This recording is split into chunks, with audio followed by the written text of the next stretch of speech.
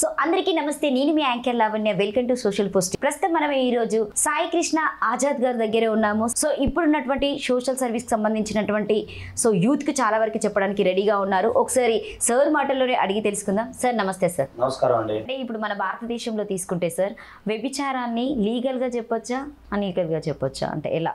అంటే ఒకటండి, భారతదేశంలో వ్యభిచారము చట్టబద్ధమే, కాదని ఎక్కడా లేదు. కాకపోతే ఇదే చెప్పే కదా, వ్యభిచారానికి సంబంధించి ఎవరినైనా ఎక్స్ప్లాయిట్ చేయటము, బలవంతంగా చేయటము, తర్వాత ఆ బలవంతంగా కొంతమందికి అమ్మివేయటం, మనం చూస్తుంటాం, అమ్మేయటం కానీ ఇలాంటివన్నీ కూడా నేరాలే. కాకపోతే ఇక్కడ విటున్ని కూడా అరెస్ట్ చేయకూడదు కొన్ని సందర్భాల్లో. ఆ జడ్జిమెంట్స్ కూడా ఉన్నాయి మీకు. ఆనరబుల్ ఏపీ హైకోర్టు, నేను చేసే కేసు అది. ఆనరబుల్ ఏపీ హైకోర్టు వారు ఉంది, నా దగ్గర ఉంది జడ్జిమెంట్, ఇందులో నా దగ్గర ఉంది, ఇప్పుడు రెడీగానే ఉంది. మనం చేసాము ఒక కేసులో. అంటే నేను ఆ క్లయింట్ పేర్లు చెప్పను, మేము చేసిన కేసు ఇది. ఇది వచ్చేసరికి కృష్ణా జిల్లాకు సంబంధించిన కేసు ఇది.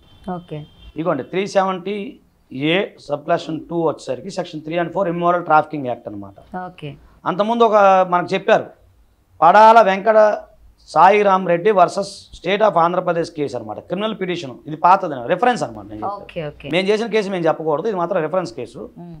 ఇది ఒకసారి క్రిమినల్ పిటిషన్ నెంబర్ 6733 ఆఫ్ 2021 29/11/2021లో చెప్పడం జరిగింది. అలాగే ఇంకో జడ్జిమెంట్ వచ్చేసరికి Salapu Venkateswara versus the state of Andhra Pradesh. ఇది ఒకసారి క్రిమినల్ పిటిషన్ 2156. ఓకేనా మేడం, ఇది వచ్చేసరికి 2022లో ఇచ్చిన జడ్జిమెంట్. ఇంకోటి వచ్చేసరికి మీకు Mohammed Riyaz versus state of Telangana, ఇది క్రిమినల్ పిటిషన్. దీంట్లో కూడా విటున్ని అరెస్ట్ చేయకూడదు. అదేంటంటే 370A సబ్క్లాస్ 2 అనమాట. ఆ 5PC ఇతను అంటే విటుడు అంటారు కదా, అతని దగ్గరికి వెళ్ళినప్పుడు ఉన్నాడు. అలాగే section 3 and 4 5 of ITP act, అంటే ఇమ్మోరల్ ట్రాఫికింగ్ యాక్ట్. ఎవరైతే విటుడు ఒక అమ్మాయి దగ్గరికి వెళ్ళాడో అతన్ని అరెస్ట్ చేయకూడదు, అతన్ని ఇబ్బంది పెట్టకూడదు అని చెప్పి ఈ జడ్జిమెంట్లు చెప్తా ఉన్నాయి. సో మేము చేసిన కేసు ఇది.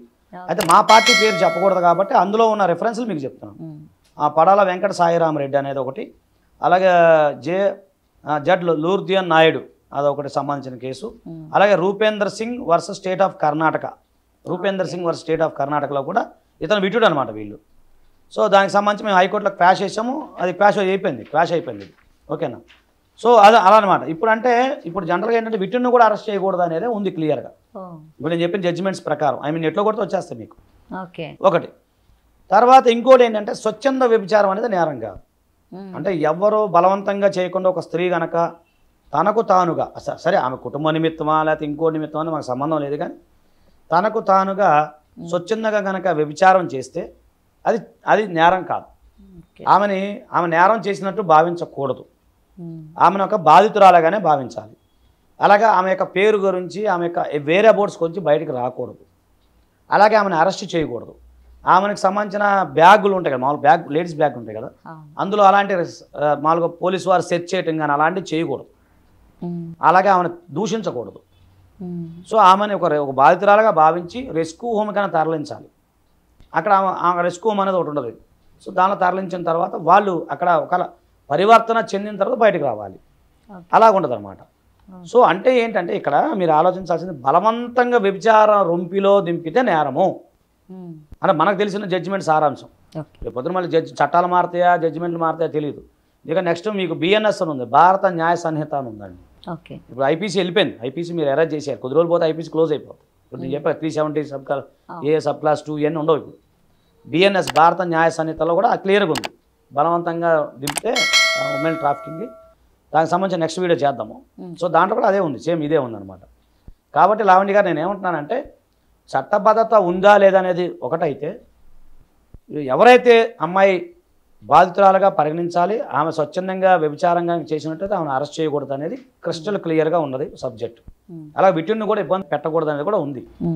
ఇక బలవంతంగా వ్యభిచార రొంపులను తీస్తే మాత్రం అది శిక్ష తప్పదు, దానికి ఖచ్చితంగా మూల్యం చెల్లించుకోవాల్సి ఉంది.